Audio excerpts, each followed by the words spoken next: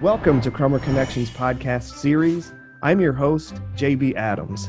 In this series, I'm talking with Crummer alumni and inviting them to share their accomplishments, challenges, and best business advice. Today's show is brought to you by the Crummer Graduate School of Business at Rollins College. Consistently ranked as the #1 MBA in the state of Florida, the Crummer School offers a variety of educational programs to prepare you to become a global, responsible business leader. The Crummer Graduate School of Business, experience excellence. Today's guest is Diahann Smith. She graduated from Crummer with her MBA in 2017. She's the Director of Marketing and Business Development for Florida Dairy Farmers, where she has worked for the past 13 years. And she's also had a long career in marketing here in Central Florida, previously working at the Orlando Sentinel. Welcome, Diahann. Thank you. It's a pleasure to have you here with us. In a moment, we're going to talk about Florida dairy farmers and the work that you do for them. But first, I would like to start with some context.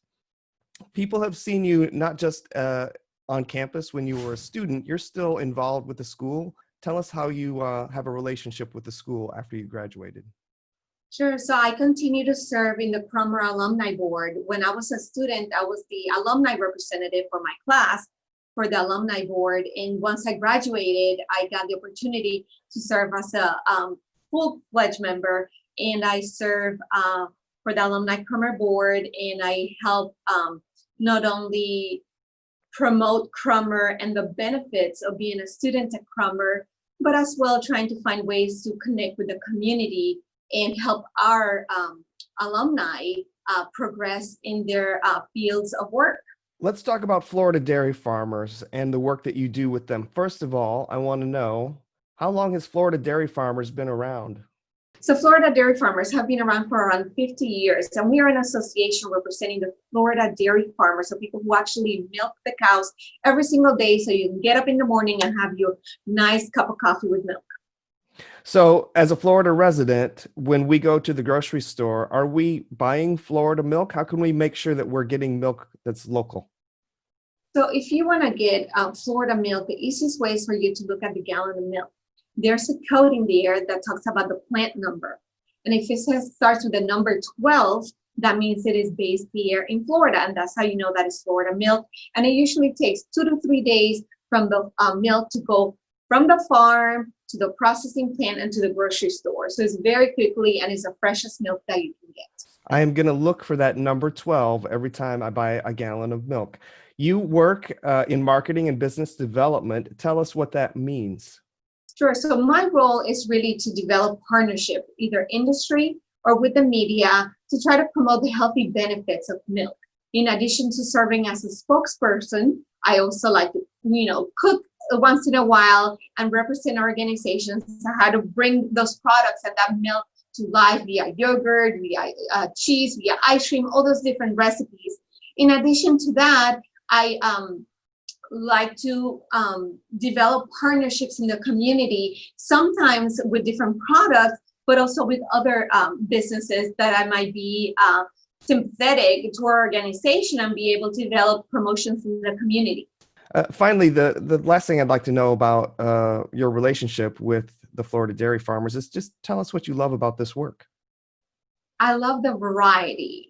Every single day I have a different task, a different opportunity to promote dairy. One day I could be meeting with a vice president of a foreign country talking about the dairy industry as a whole. The next day I might be picking up boxes and preparing for an event or cooking or doing dishes. So I think I love the variety of it. I also love the opportunity to develop relationships. And I know I talk a lot about this, but I'm a people person. And even though I haven't seen many of you in a while, I definitely miss you and I can't wait to see you. But I think that in the long haul, developing relationships and when you can provide mutually beneficial relationships is very important to me. And this job affords me that opportunity to be a resource, to be somebody that can help another organization or another individual achieve their dreams. So I really enjoy that part of it. And it can't be easy for a people person to be going through this pandemic where we have to socially isolate and work virtually. So I hear you loud and clear on that one. When we come back in a moment, we will hear more about Diahann's backstory. Stay with us.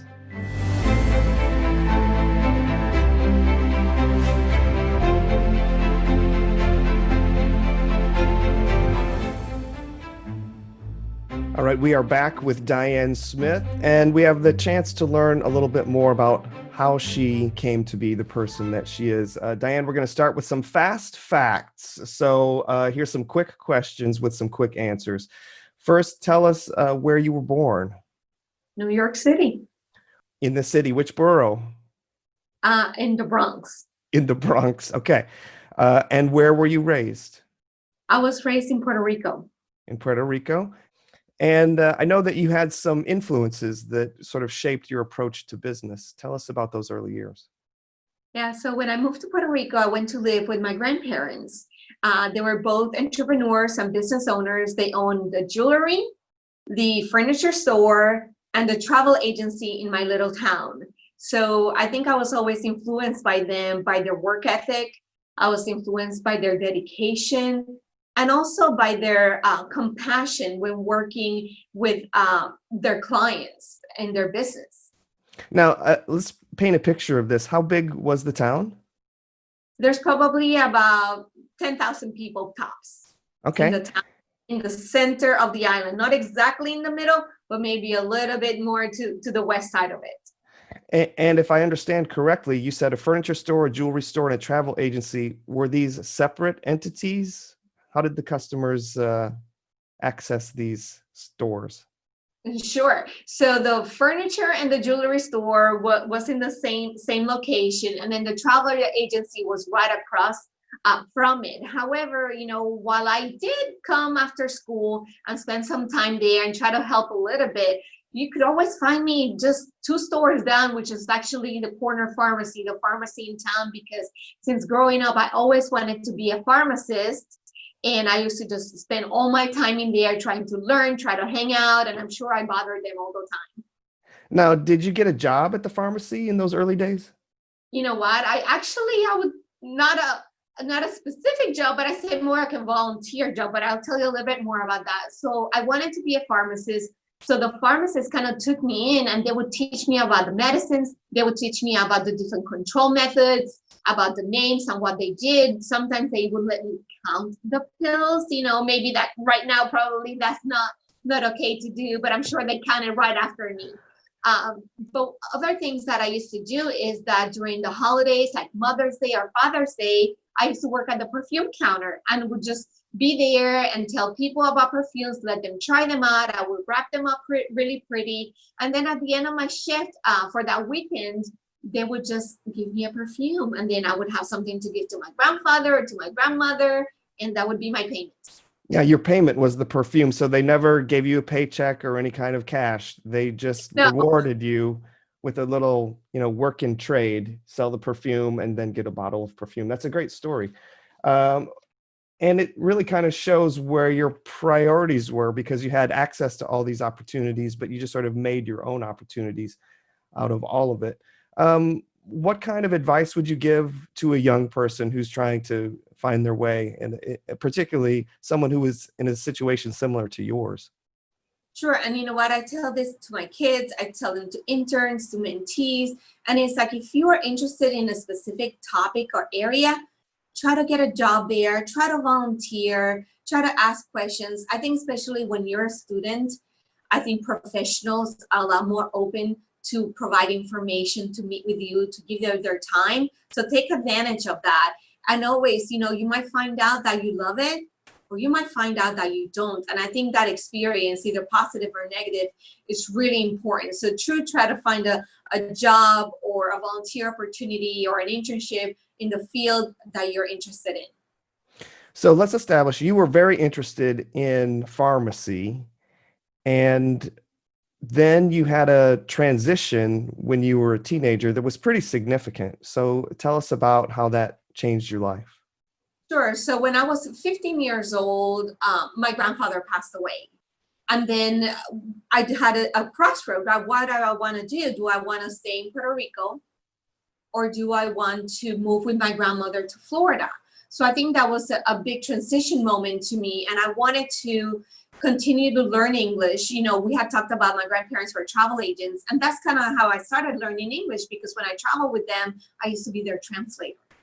And I said, well, I want to continue to learn English. I want to have bigger opportunities. So I'm going to move to Florida, and I'm going to live with my grandmother, and I want to come here to college. So I think that was a big transition time for me. Tell us about the adversity.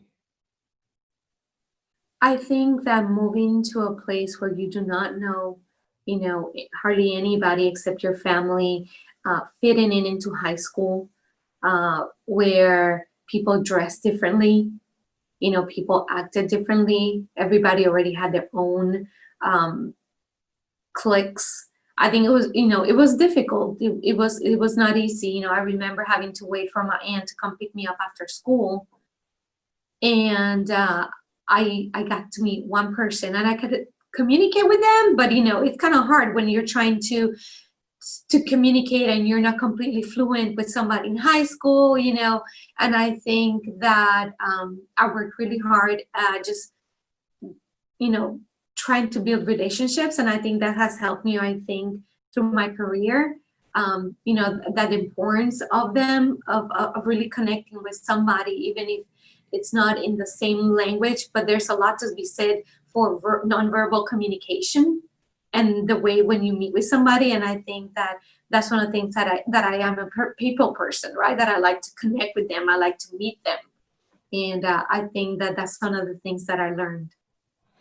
Yeah, you're a people person who was really challenged with overcoming a language barrier. And I think there's a recurring theme of perseverance. If you're lucky enough, things happen for you for the first time.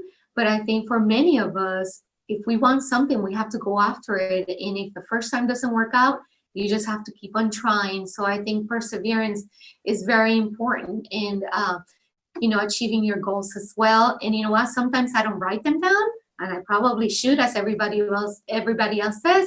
But as long as you think about them and you revisit them in your mind often, it can happen, and you can make it happen.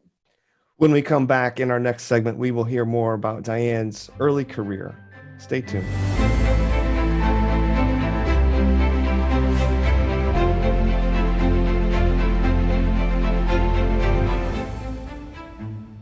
We are back with Diahann Smith of Florida Dairy Farmers, and we're talking about her early career. So we've established that she came to Florida. She wanted to be a pharmacist.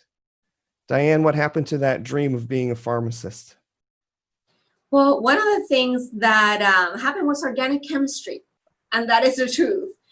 It was just very difficult. I was not getting it. And at the same time, I was still volunteering for homecoming. I was volunteering in my sorority. I was really involved in a lot of things. And I said, you know what? I don't think I want to be in a lab all my days and just wear a white lab coat. I think, we already established that I'm a people person. And I said, you know what? I think it's time for me to look at other opportunities.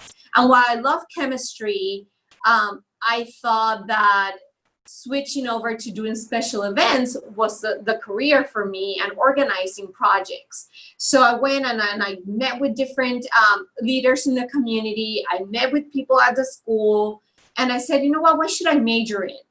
And I decided that liberal arts was the best path for me, and I got a minor in business. So I kind of just switched over and decided to get into marketing. And that's how I am where I am now. Tell us where you were studying. And so I went to the University of Central Florida. Okay. And there I had different internships after I decided to change my major. And one of them was the Orlando Sentinel. So I was working in the marketing department, and I was working in special events specifically. So it was a dream opportunity for me to be able to have exposure at such a large organization at that point in time. It was so much bigger, and it was so difficult to get into. So I was really proud that I got the opportunity to intern there and learn. And when you switched from pharmacy to marketing as a result of organic chemistry, did it feel like this was a better fit? You felt like it had arrived, and did you wonder, why had I not thought of this sooner? Yes, and yes. I think that it was just such an easy, natural transition. Since I was little, I knew I wanted to be a pharmacist. But then when I think I started getting more into I was really good at chemistry. I was getting great grades. But I think that the same time I was also volunteering. I was doing other things for fun.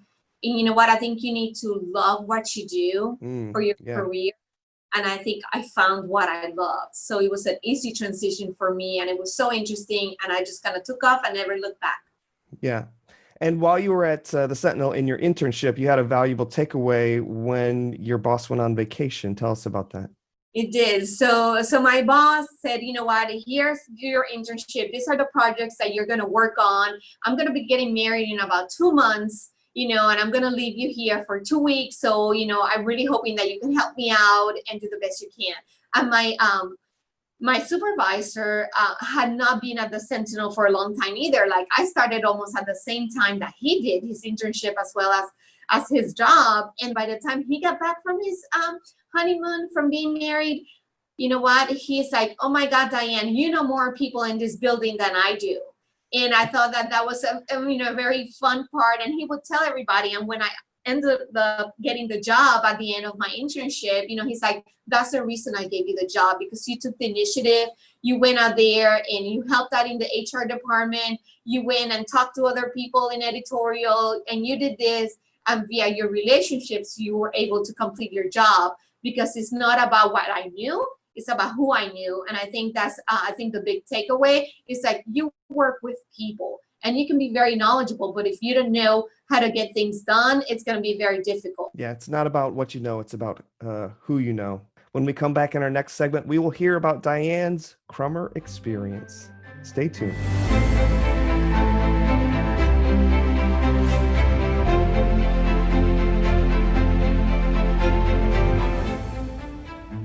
All right, we are back with Diahann Smith of the Florida Dairy Farmers, and we would like to hear more about your Crummer experience. So let's start with where you were at in your career and what led to the decision to attend Crummer.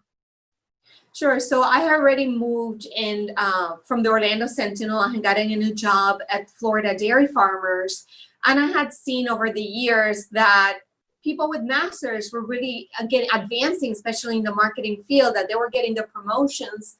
And I felt that I was not at the level that I wanted to be.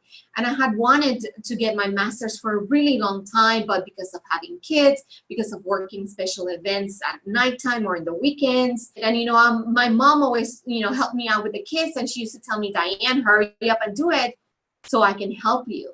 So when I finally decided to make that decision, and start my MBA and the application process, my mom passed away unexpectedly. Yeah, it was sudden. I had gone to my first interview already when she was at the hospital, and unfortunately she passed away, and we were at her funeral in Puerto Rico. And I just remember, we were at a hotel in San Juan facing the water, and just being out there, just reflecting about all the things that were happening in my life, when I got a call from Crummer.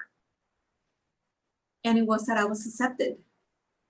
And it was just such an incredible moment for me, so profound, because, I was thinking of everything that is going on in my life, that I know I wanted to do it for myself. But at that point, I decided, you know what, not only I'm going to do this for me, but I'm also going to do it for my mom. And it's a powerful reminder for all of us that to get an advanced degree like this is a big commitment. And it's not something we do to just enhance our careers. It's something we do to change our lives. So thank you for sharing that, Diann. It's powerful. We are going to learn more about your Crummer experience by playing Crummer Insider Free Association. So I'm going to read you a series of prompts. I'm going to invite you to provide the first answer that comes into your head. And these are questions that any Crummer student can relate to. So are you ready, Diann? I'm ready. Here's the first one. I started my Crummer education in the year 2015. I finished classes and graduated in the year 2017. My cohort name and number was EMBA 36, and my cohort name was the I forgot the C-suite something. You had a cohort, oh, you had a team name. Oh, our team name, yes. EMBA’36. My cohort was known for being, Diverse. for our international study, we went to, Morocco. and the thing that made the greatest impression on me during our Morocco trip was? The technologically advancements that are happening in Morocco, and especially with solar energy. Excellent. My favorite course was?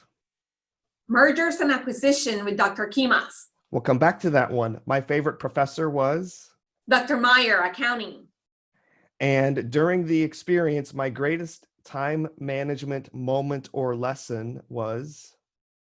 You can survive in 6 hours of sleep a day, or for a whole year and a half when you're doing your MBA. Don't worry. Not forever, but for 2 years you can. That is true.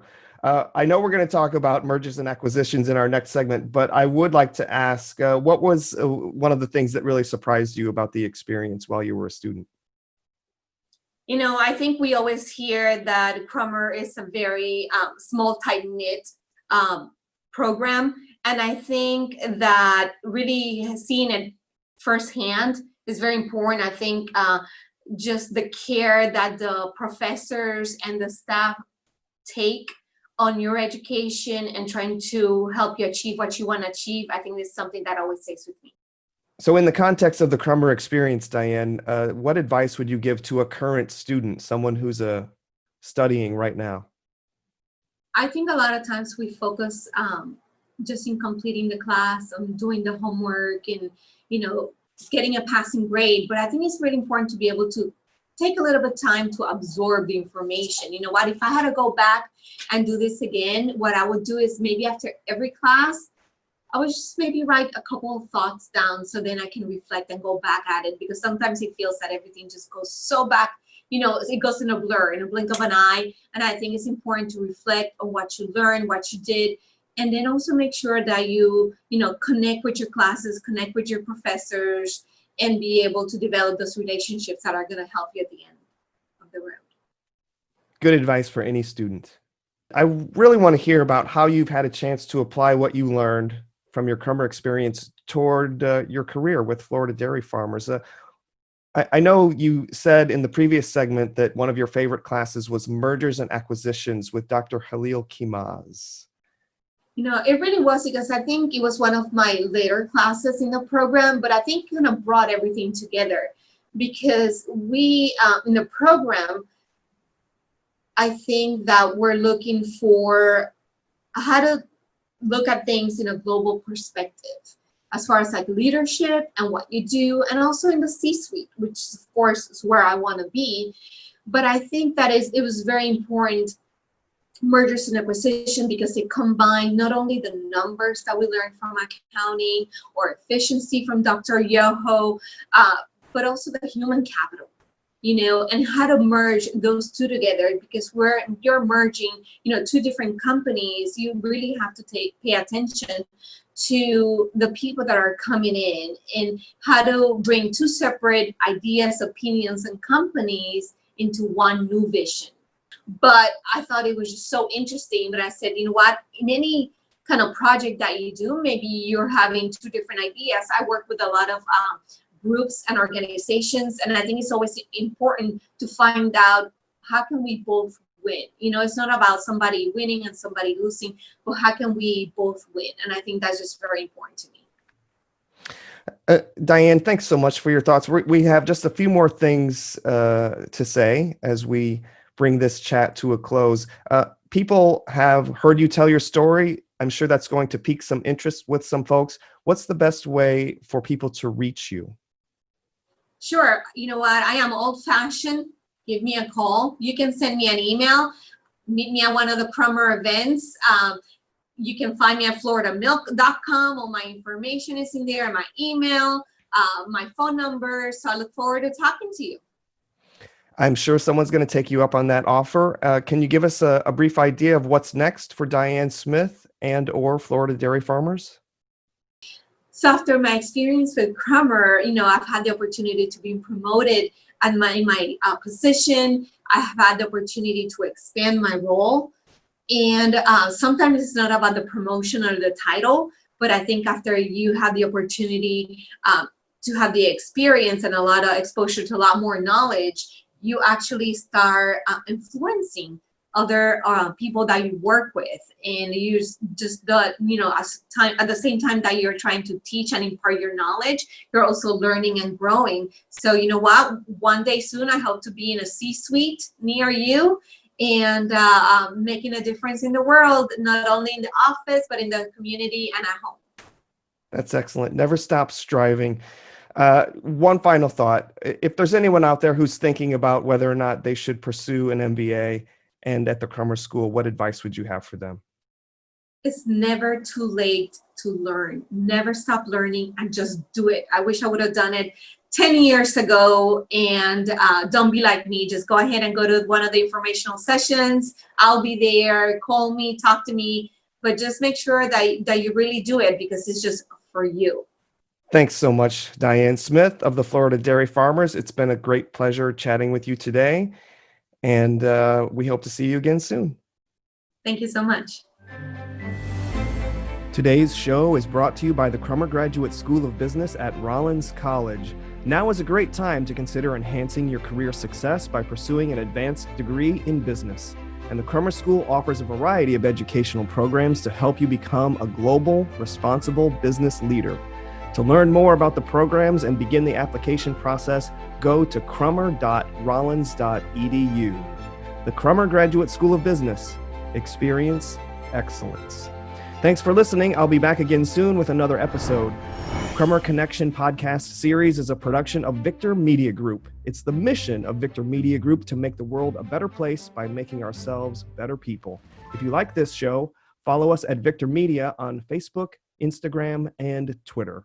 Today's show was created and hosted by JB Adams, executive produced by Gerard Mitchell, with production by Jeremy Harmsen and production assistance by Gerardo Abril. Our gratitude goes out to Mike Brown and Loveland Finley in Alumni Relations for their gracious help and support. Until next time, fiat lux.